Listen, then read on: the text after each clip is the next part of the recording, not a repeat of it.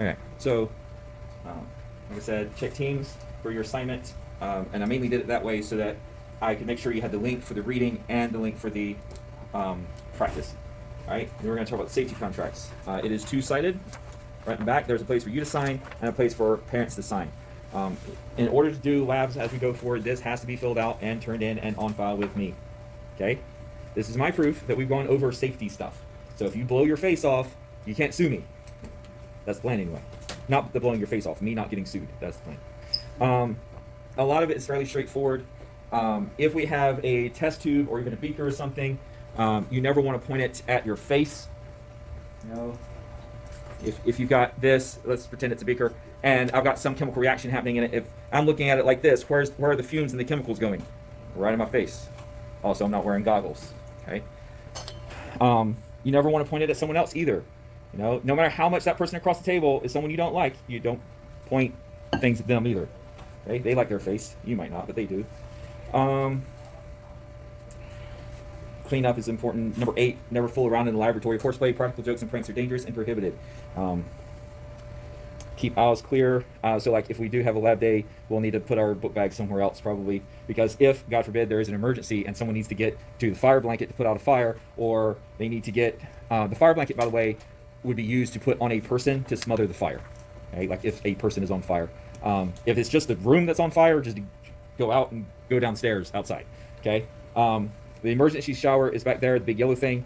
There's also the sink looking part of it is a eye wash station.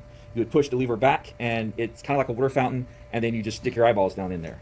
Now, if you're wearing contact lenses, stuff can get under the contact lenses, like fumes or whatever chemicals, and so then they're not going to get washed out. So then that chemical, if it's hurting your eyes, is just going to sit there between your eyeball and the contact lens and cause problems.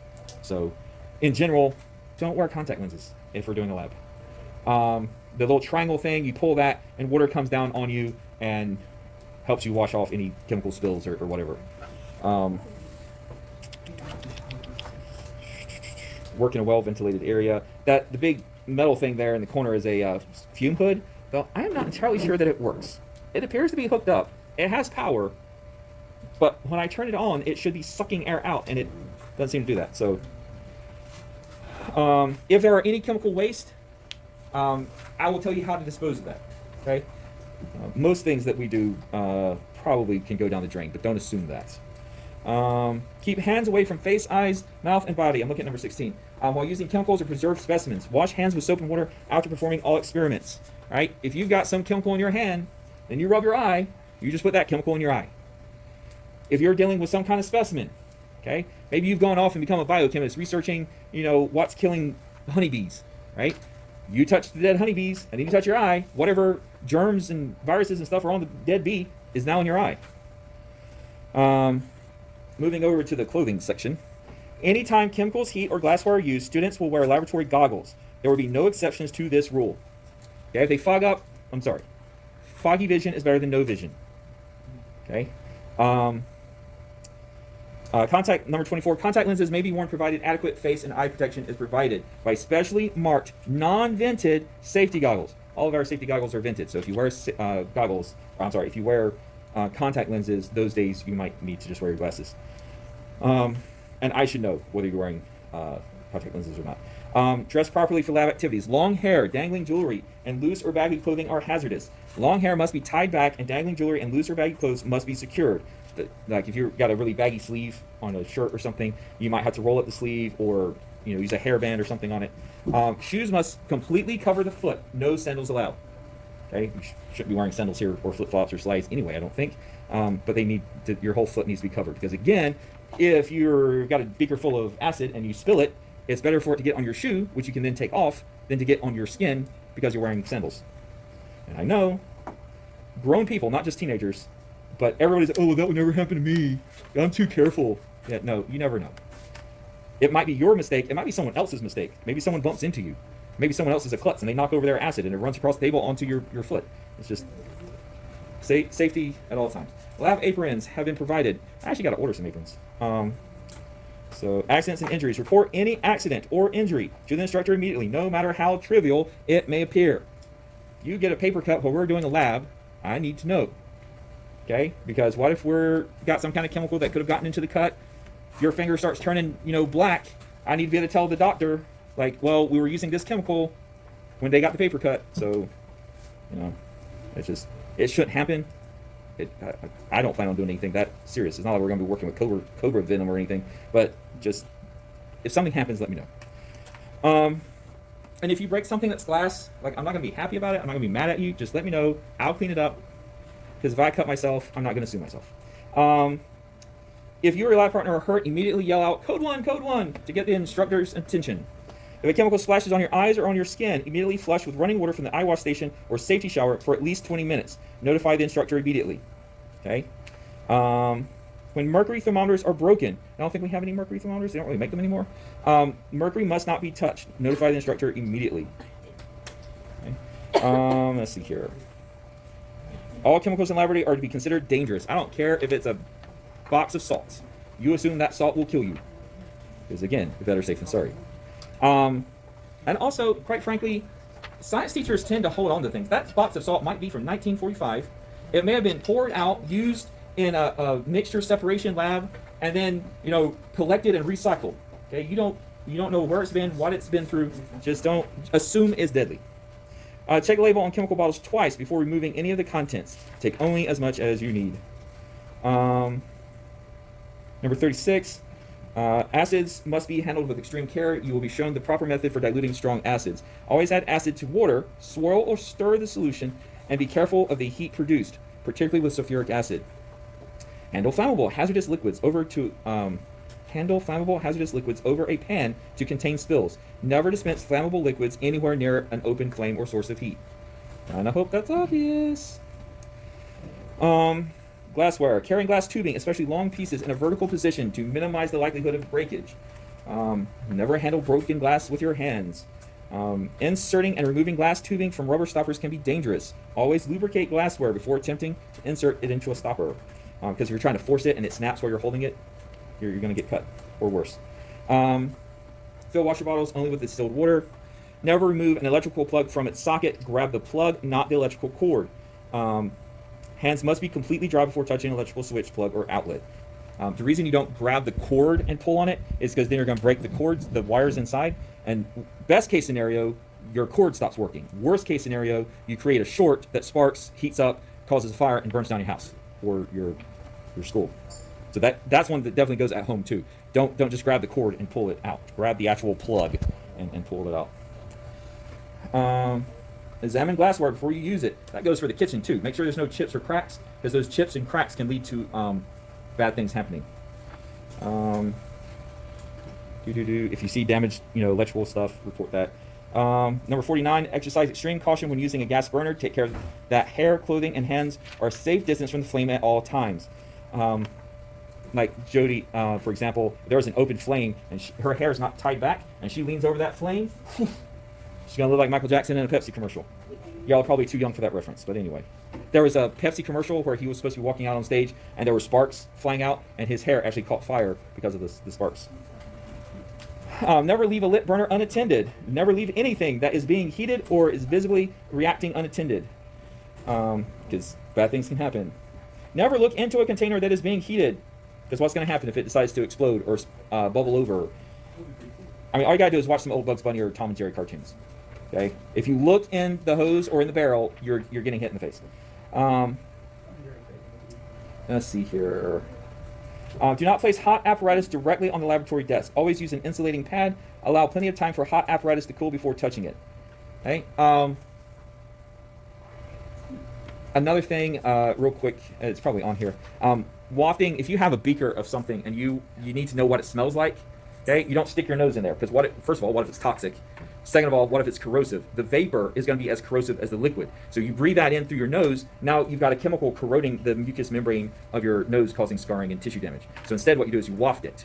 And you push air from over here towards the air you want to smell, diluting it. And then you can get a smell without hurting yourself. Y'all probably do this when you go to try on colognes or perfumes or put your cell phone away. But you have the cologne and you might spritz it in the air and then you waft it towards yourself. Because you don't want to put it on you, because what if it stinks, right? But you want to know what it smells like, so you waft it. Okay? All right. Again, you need to read all of this. Those are some of the highlights.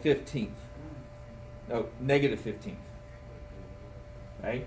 Positive exponents are like multiplying by a power of 10, and negative exponents are like dividing. So let me elaborate on that. So if I have 1.0 times 10 to the second, okay? Well, what's 10 to the second? 100. So this is literally like saying 1.0 times 100, which would then move the decimal 2 spaces, and it would be 100. Okay.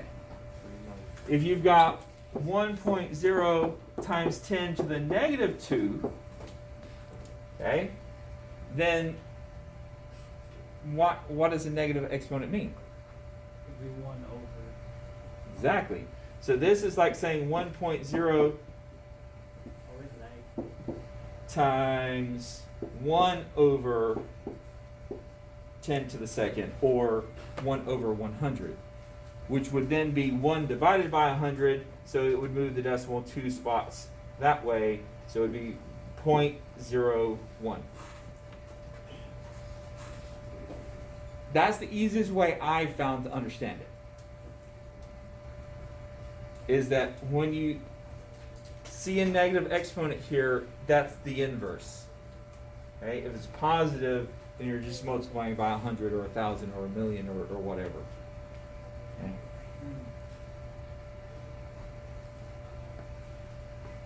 Right. So, those are the notes. Your homework tonight is to start reading chapter 3. I would love it if you at least read 3.1. I would really, really love it if you read 3.1, 3.2, and 3.3, because that's the notes that I just gave you. I need to give you your progress report. Progress report needs to be signed and brought back. You need to get it signed and bring it back.